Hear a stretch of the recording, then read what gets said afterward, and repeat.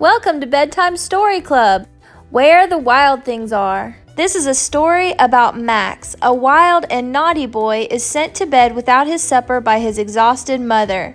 In his room, he imagines sailing far away to a land of wild things. Instead of eating him, the wild things make Max their king. Follow along with us, and if you have your own book, you can turn the page when you hear the sound that goes like this. Okay, kids, what time is it? It's story time! Yay!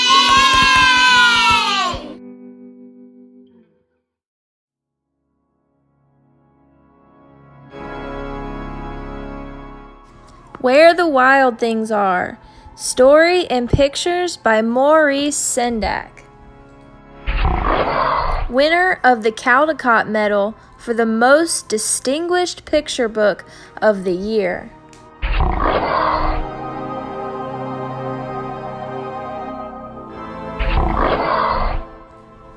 Where the Wild Things Are. Where the Wild Things Are. Story and pictures by Maurice Sendak. HarperCollins Publishers. The night Max wore his wolf suit and made mischief of one kind and another. His mother called him Wild Thing, and Max said, "I'll eat you up." So he was sent to bed without eating anything.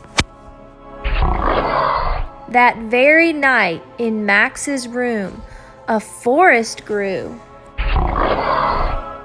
And grew and grew until his ceiling hung with vines and the walls became the world all around. And an ocean tumbled by with a private boat for Max, and he sailed off through the night and day, and in and out of weeks, and almost over a year, to where the wild things are.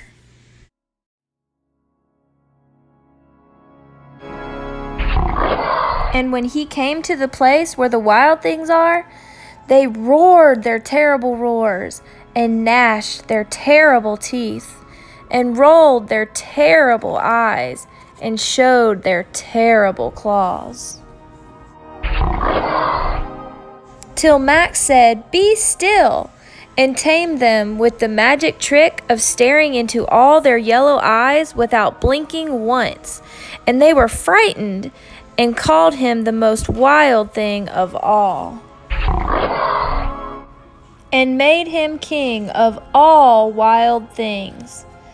"And now," cried Max, "let the wild rumpus start."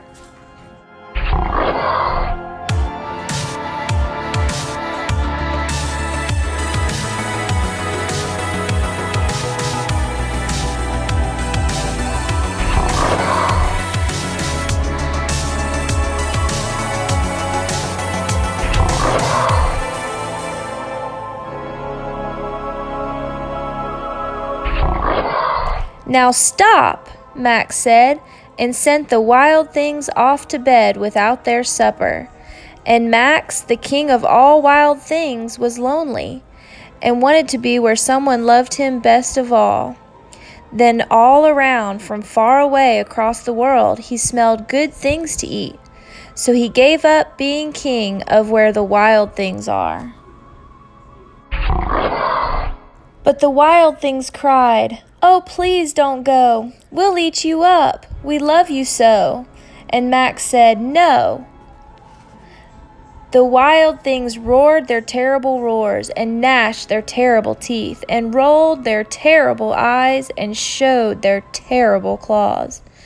But Max stepped into his private boat and waved goodbye,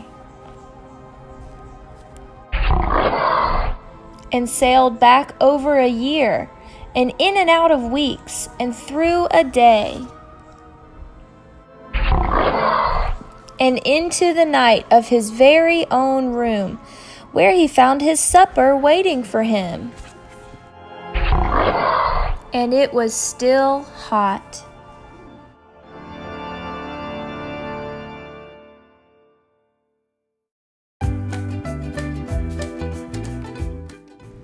Thanks for joining us for another bedtime story. To find out what's next, visit www.bedtimestory.club.